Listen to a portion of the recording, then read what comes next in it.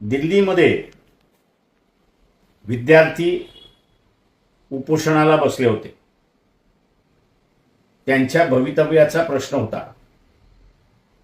Paper फुटल्यामुळे किंवा जाणीवपूर्वक फोडल्यामुळे परीक्षा पुढे गेल्या। दुसऱ्यांदा सुद्धा परीक्षा ज्यावेळेस घेण्यात आल्या त्यावेळेस सुद्धा पेपर फुटला। विद्यार्थ्यांची एवढीच मागणी होती की मंत्री महोदय आणि त्यांच्याच बरोबर ज्यांनी पेपर फोडला त्यांच्यावरती कारवाई झाली पाहिजे।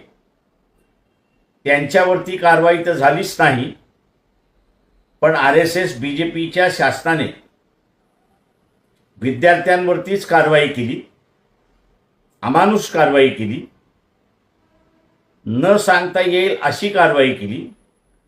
मुलींना त्यांनी सुद्धा सोडलं नाही। याच्या विरोधात वंचित बहुजन आघाडीने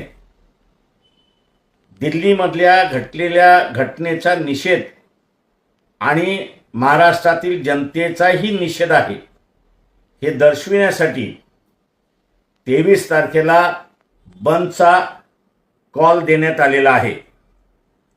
मी तमाम पालक जे आहेत त्यांना विनंती करतोय की हा लढा आपल्या मुला-मुलींचा भवितव्याचा लढा आहे।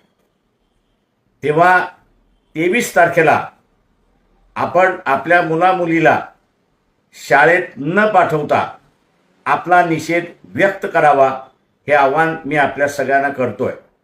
नमस्कार, जय हिंद।